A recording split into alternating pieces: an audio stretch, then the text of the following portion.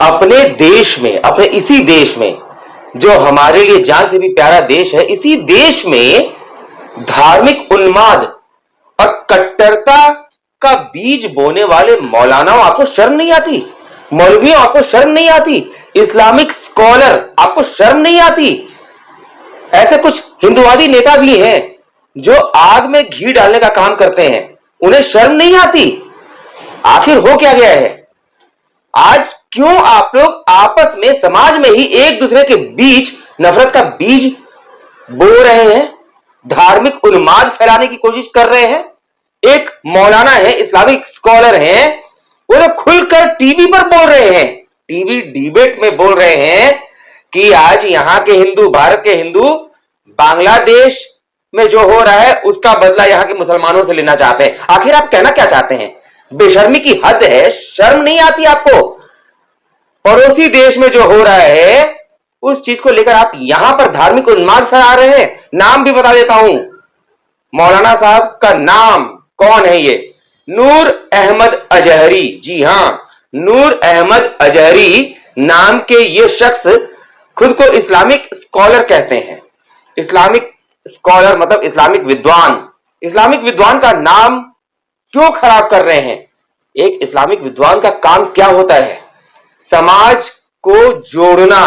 बहुत सारे इस्लामिक विद्वान हैं, मौलवी हैं, मौलाना हैं, जो समाज को आपस में जोड़ने का काम करते हैं, नफरत की दीवार को तोड़ते हैं। लेकिन आप जैसे कुछ मौलाना आज एक दूसरे के बीच नफरत का बीज बो रहे हैं। आखिर क्यों?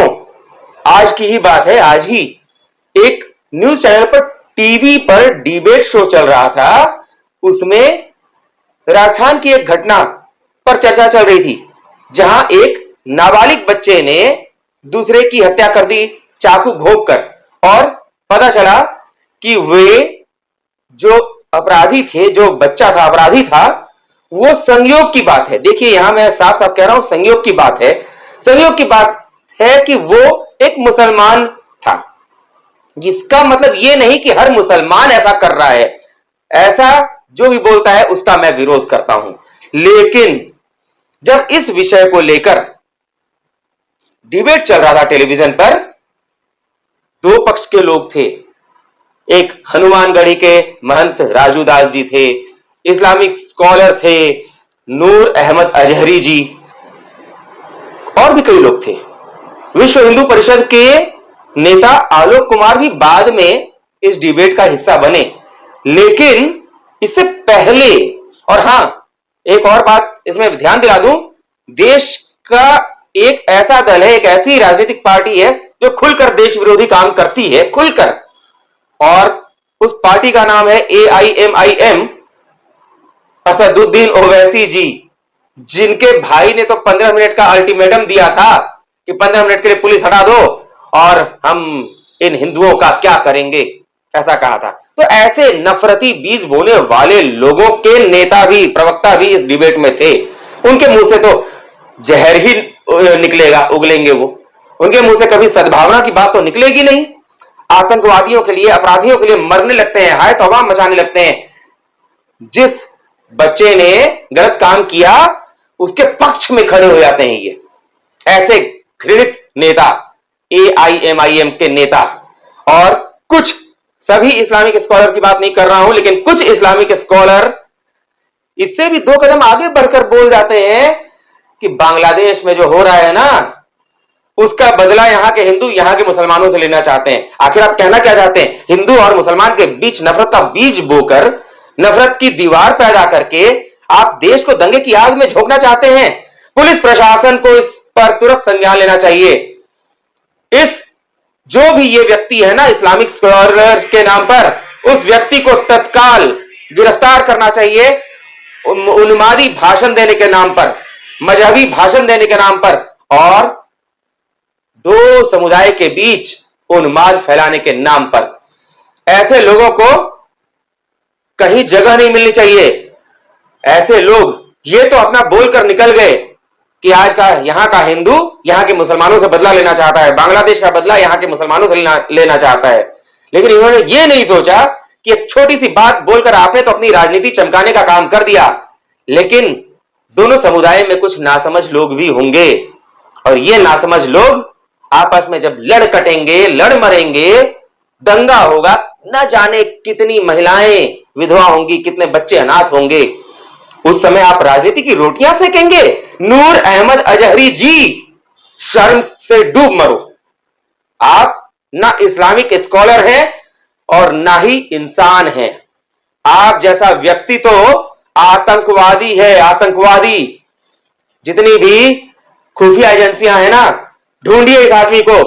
और जिस चैनल पर यह डिबेट शो आ रहा था, उस डिबेट शो को चलाने वाले चैनल से पता लगाइए इस आदमी का, और इस आदमी को पकड़कर तत्काल बंद किया जाए। इसके ऊपर देश विरोधी काम में शामिल होने का आरोप लगाते हुए इसको गिरफ्तार किया जाए, सख्त से सख्त सजा दी जाए। जो समुदाय यहां एक साथ रह रहे हैं, उनके बीच आप नफरत का बीज बो रहे हैं, बेशर्मी की हद पार कर रहे हैं। आखिर क्या चाहते हैं आप? शांति के माहौल को दंगे के आग में बदलना चाहते हैं? आपके साथ कुछ और भी मौलाना मौलवी ऐसे हैं जो देश को सांप्रदायिकता की आग में झोंकना चाहते हैं। सभी आप लोग सचेत हो जाइए। देश में ना केवल आप ही नहीं हैं, आप लोगों ने तो लोगों को उल्लू बनाकर अपने घर में बैठकर एसी की हवा खाकर राजनीति करनी है, समुदायों को लड़ाना है। सोचिए उस गरीब से जिसकी झोपड़ी में आग लगा दी जाती है, सोचिए उस बेवा से जिसके पति का कत्ल कर दिया जाता है, सोचिए उस बच्चे को क्या झेलना पड़ता होगा जिसके बाप की हत्या हो जाती है, जिसका परिवार उजड़ जाता है। आप तो टीवी पर आके अपने मुंह से, अपनी गंदी जुबान से, विषैली जुबान से, अरे आपसे तो अच्छा कम से कम नाग है, नाग सांप की पूजा होती है और वो ऐसे ही डसता नहीं है किसी को। आपके अंदर तो वो गंदी घृणित मानसिकता है, जहर भरा हुआ है कि आप जब चलते भी हैं तो जहर की पोटली गिराते हुए चलते हैं। आपका मुंह जब भी खुलता है तो जहर ही टपकता है। बेशर्मी की हद पार करते हैं आप जैसे लोग। आप और आप जैसे जितने भी मौलाना मौलवी हैं जो समुदायों के बीच आग लगा रहे हैं, यह जनता माफ नहीं करेगी। आप ही के समुदाय के लोग आपका वो हश्र करेंगे जब वो जाग जाएंगे और समझ जाएंगे। आपके समुदाय के लोग ही आपका वो हश्र करेंगे कि आपने सोचा नहीं होगा। इसलिए आज भी कहता हूं, जो भी कट्टरता और धार्मिक उन्माद का बीज बो रहा है, सचेत हो जाओ। अभी तो बहुत मजा आ रहा है, आने वाले समय में इस मजा का सजा जब मिलेगा ना, तुम्हारे ही लोग तुम्हारी वो हालत करेंगे, सर छिपाने को जगह नहीं मिलेगी। तुम्हारे ही लोग घुसकर तुम्हारे घर में मारेंगे, भाग नहीं पाओगे। तुम्हारे ही लोग तुम्हारे ही घर के लोगों को सड़कों पर घुमाएंगे कि देखो इसी के घर वालों ने, इसी आदमी ने समाज में जहर का बीज बोया है। कहीं बच नहीं पाओगे, बच नहीं पाओगे। आज हर आदमी को क्या चाहिए? सुख चैन से जीना चाहता है, शांति से जीना चाहता है। बांग्लादेश में जो हो रहा है बहुत घृणित हो रहा है और ऊपर वाला सब देखता है, उसका भी हिसाब होगा।